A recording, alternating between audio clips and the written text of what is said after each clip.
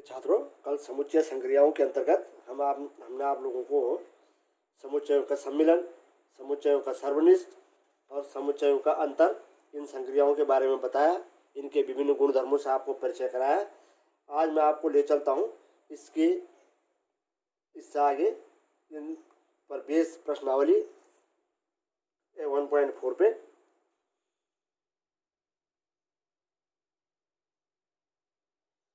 Class 11 maths exercise 1.4 देखिएगा क्या क्या है इसमें। मैं जहाँ पर आवश्यक होगा मैं तुमको मॉडल क्वेश्चन सॉल्व करा दूंगा। बाकी आप जो प्रश्न आपके लिए छोड़े जाएंगे उनको आप स्वयं करेंगे। और कह रहा निम्नलिखित में से प्रत्येक समुच्चय का सम्मिलन ज्ञात कीजिएगा। अब देखिएगा यहाँ पर तुम्हें एक समुच्चय दे रखा है, पहला खंड में देखिए वो कह रहा है x बराबर दे रखा आपको एक समुच्चय 1 3 5 और एक समुच्चय y बराबर दे रखा तुमको 1 2 3। इसलिए x यूनियन y बराबर क्या होगा, देखो x तथा y के सभी अवयव सम्मिलित होंगे इसमें। देखो 1 2 3 और 5, ये इन अवयवों को डालने पर x के भी पूरे अवयव इसमें सम्मिलित हो गए। देखो 1 3 5 इसमें है, y के भी पूरे अवयव इसमें सम्मिलित है, 1 2 3 भी इसमें है। तो ये हो गया x यूनियन y। ऐसे तुम सेकंड पार्ट को तुम कर लोगे। थर्ड पार्ट में देखिएगा यहाँ पर उसने समुच्चयों को समुच्चय निर्माण विधि से दे रखा, गुण विधि से दे रखा है। तो यहाँ पर आप कैसे करेंगे, वो करें a बराबर दे रखा है x सच दैट x एक प्राकृत संख्या है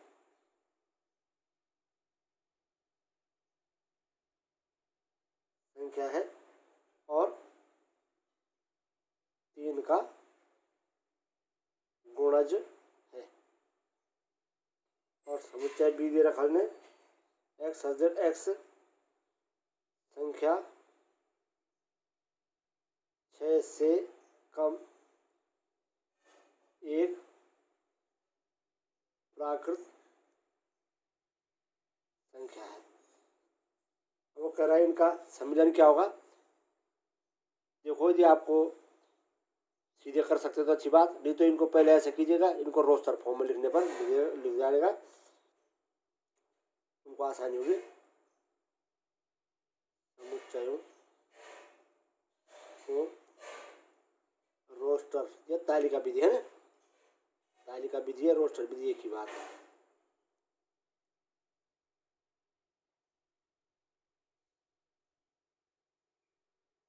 लिखने पर लिखो साहब, इसको रोस्टर फॉर्म में लिखो। ए बराबर क्या हो जाएगा, वो कह रहा एक्स एक्स एक प्राकृतिक संख्या है और 3 का गुणज है। एक्स प्राकृत संख्या है और 3 का गुणज है। तो देखो 3 का गुणज 3 स्वयं का गुणज होगा, 3 दूनी 6 3 3 9, ये सब 3 के गुणज हैं जिनमें 3 का पूरा पूरा भाग चला, 3 चौको 12 3 पंजे 15 और सो ऑन जितने भी 3 के गुणज होंगे। ठीक है ना, ये इसमें सम्मिलित होते जाएंगे। b बराबर क्या होगा, वो कह रहा एक्स एक संख्या 6 से कम प्राकृतिक संख्या। 6 से कम प्राकृतिक संख्या क्या होगी, 1 2 3 4 और 5, ये 6 से कम प्राकृतिक संख्या है ना। तो इसलिए ये यूनियन b बराबर क्या हो जाएगा, 1 2 3 4 5 6 9 12 और 100। इस प्रकार से जितनी भी ये 3 के गुणज संख्या आएंगे, 3 के गुणज संख्या आएंगे इसमें ना। बल्कि मैं इसको लिख देता हूँ 3 इंटू n है ना, जहाँ n क्या है, एक प्राकृतिक संख्या है। 3n भी लिख देते हैं यहाँ पे, जहाँ n belongs to natural number. और जहाँ तक अनंत तक की संख्याएं जाती जाएंगी, इस प्रकार भी लिख सकते हैं। अब इसको आपको समुच्चय निर्माण विधि से लिखना है, तो योग लिखेंगे आप ए यूनियन बी बराबर क्या होगा। इसको यदि मानो मैं तुमको तालिका विधि से समझाया ना, समुच्चय निर्माण विधि से लिखना है। तो एक तो क्या है, x एक ऐसी संख्या जो 3 का गुणज है और x जो संख्या 6 से छोटी प्राकृतिक संख्या है। तो इसको हम कैसे करेंगे, देखो x such that x belongs to a natural number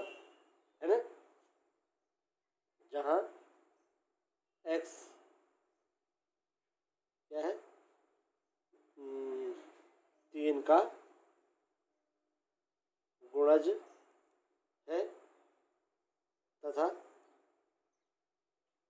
संख्या 6 से छोटी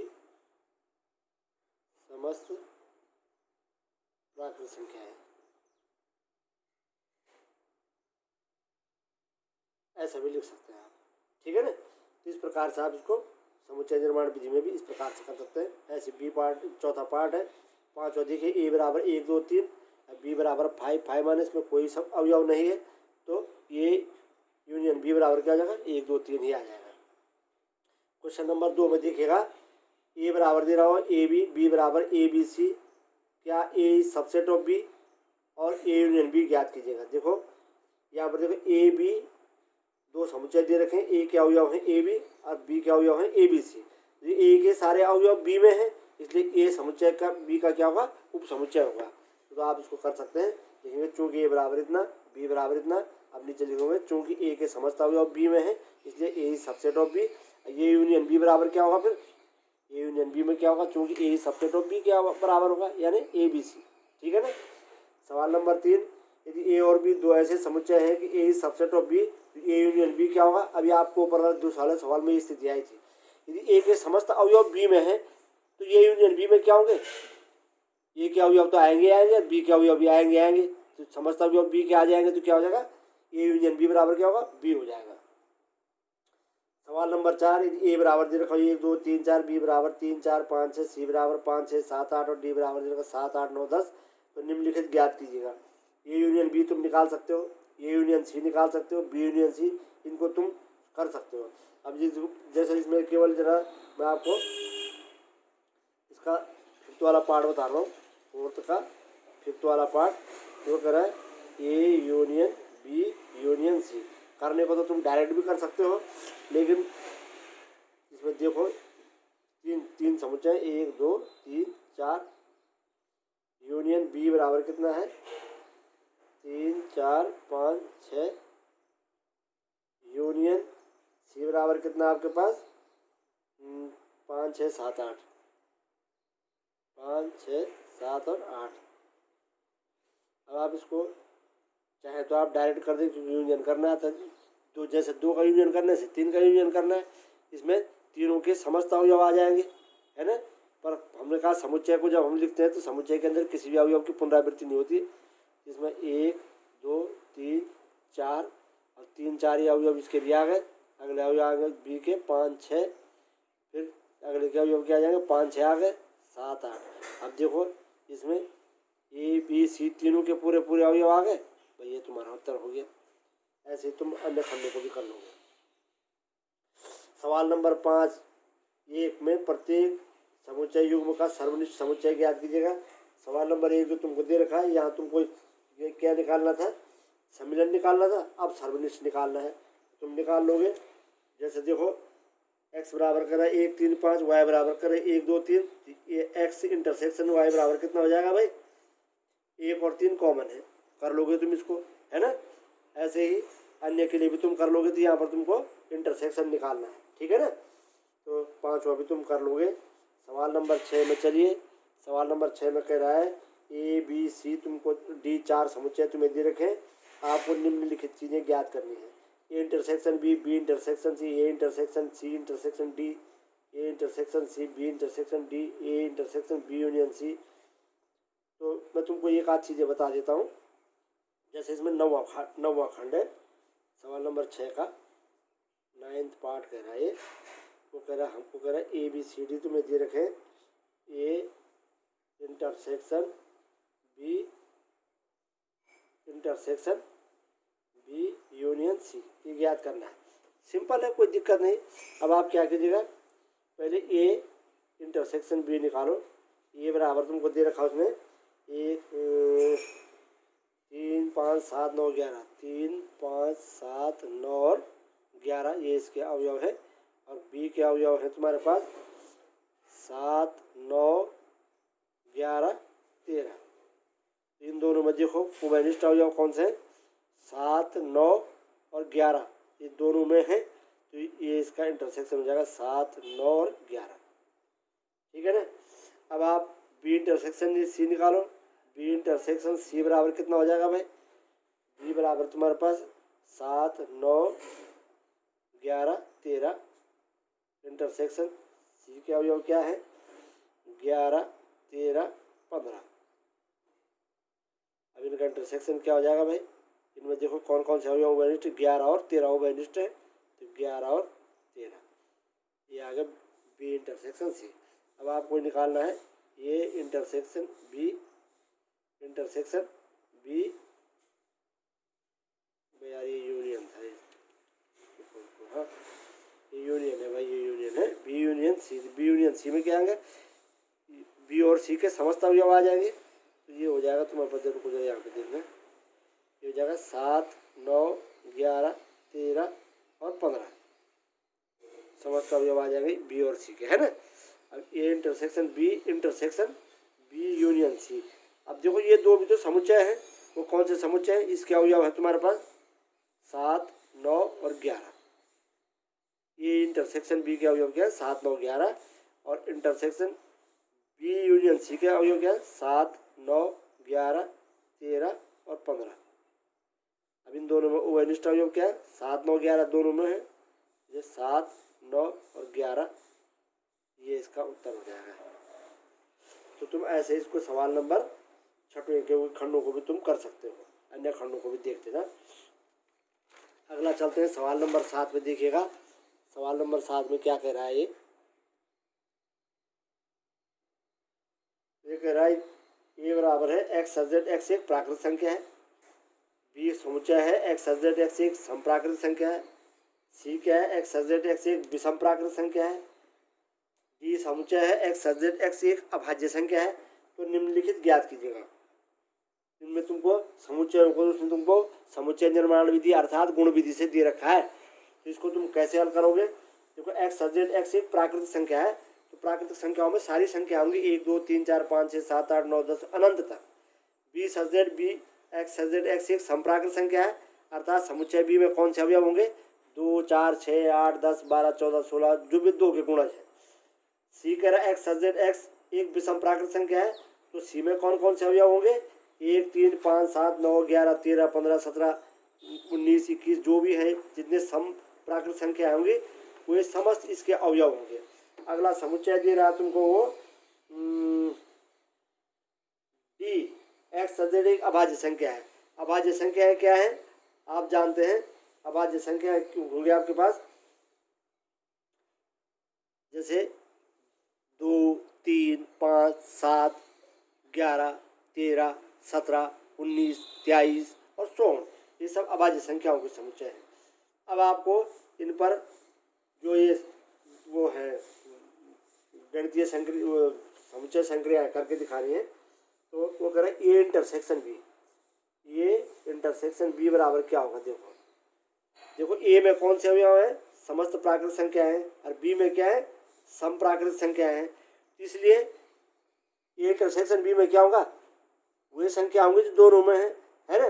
क्योंकि सम प्राकृतिक संख्याएं भी प्राकृत संख्याएं हैं, इसलिए इसमें क्या आएंगी?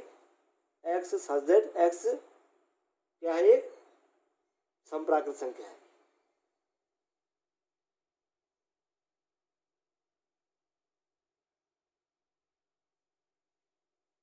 अर्थात ये इंटरसेक्शन बी बराबर आएगा समुच्चय बी के। क्यों? क्योंकि प्रत्येक संप्राकृतिक संख्या एक प्राकृतिक संख्या है, और जब हम दोनों में से कॉमन लेंगे तो संप्राकृतिक संख्या कॉमन आ जाएंगी, है ना। ये हो गया ये इंटरसेक्शन सी। तो ऐसे ही इसमें भी होगा, ए इंटरसेक्शन सी बराबर सी होगा। ये इंटरसेक्शन डी, ये इंटरसेक्शन डी में कौन से अवयव होंगे? तुम जानते हो कि अभाज्य संख्या भी क्या है? प्राकृतिक संख्या है ना। यदि दोनों में कॉमन लेंगे तो क्या लेंगे? अभाज्य संख्या आएंगी। ये इंटरसेक्शन डी बराबर क्या आएगा? डी। बी इंटरसेक्शन सी, देखो बी में क्या है? सब संप्राकृत संख्या है, और सी में क्या है? सब विषमप्राकृत संख्या है ना। तो इनमें कोई कॉमन हो सकता है ना। देखो इसका चौथा खंड देखिए, वो कह रहा बी बराबर क्या है? एक्स सजेड एक्स एक संप्राकृत संख्या है। यदि मैं इसको रोस्टर फॉर्म में लिखूँ तो ये हो जाएगा 2 4 6 8 10 12 16 और अनंत तक। और सी क्या कह रहा? एक्स सजेड एक्स एक विषम प्राकृत संख्या यानी 1 3 5 7 9 11 और इन्फिनिटिव तक, इस तरह से। तो बी इंटरसेक्शन सी, बी और सी में कौन से अवयव होंगे, कोई अवयव कॉमन नहीं है, तो बी इंटरसेक्शन सी बराबर क्या हो जाएगा 5।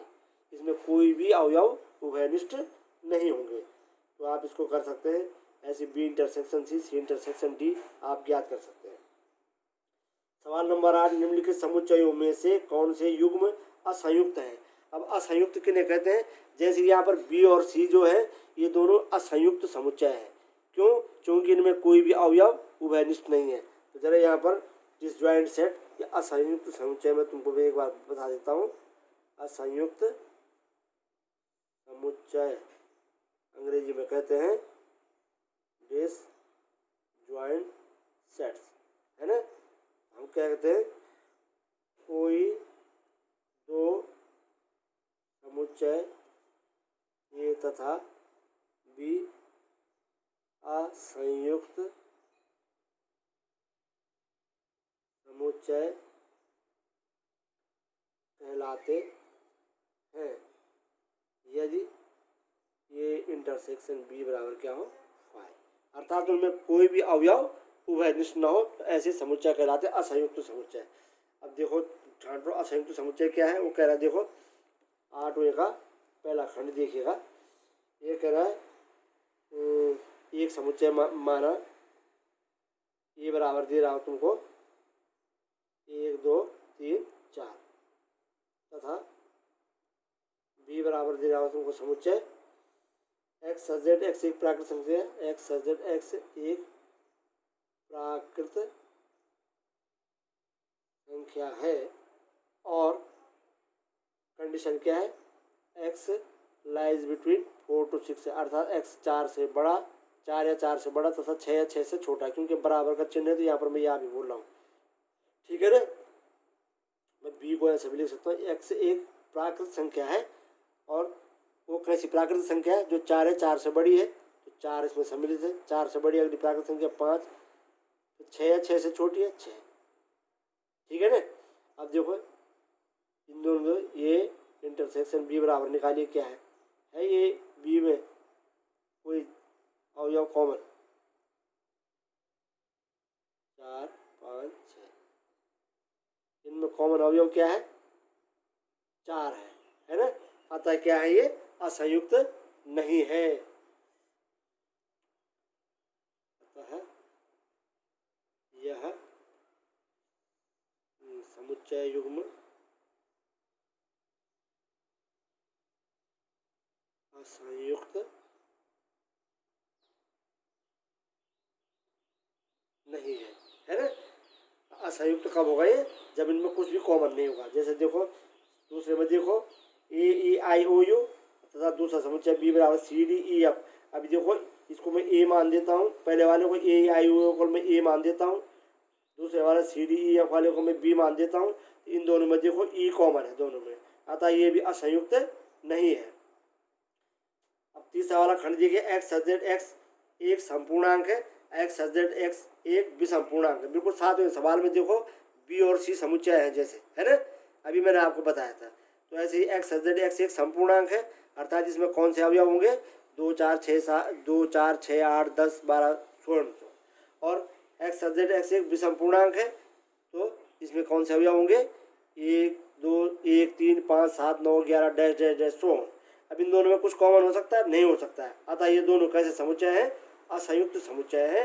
कौन से वाले, 8वें का तीसरा खंड का जो पेयर है। तो तुम कैसे हल करोगे, तुम लिखोगे माना ए बराबर एक्स सजेड एक्स एक संपूर्णांक है तथा बी बराबर एक्स सजेड एक्स एक विषम पूर्णांक है ना। तब ऐसा लिखना, क्योंकि संपूर्णांक और विषम पूर्णांक के समुच्चय में कोई भी अवयव क्या होंगे, उभयनिष्ठ नहीं होंगे, है ना, अर्थात ये इंटरसेक्शन बी बराबर 5, अतः ये दोनों समुच्चय क्या होंगे, असंयुक्त समुच्चय होंगे, ठीक है ना।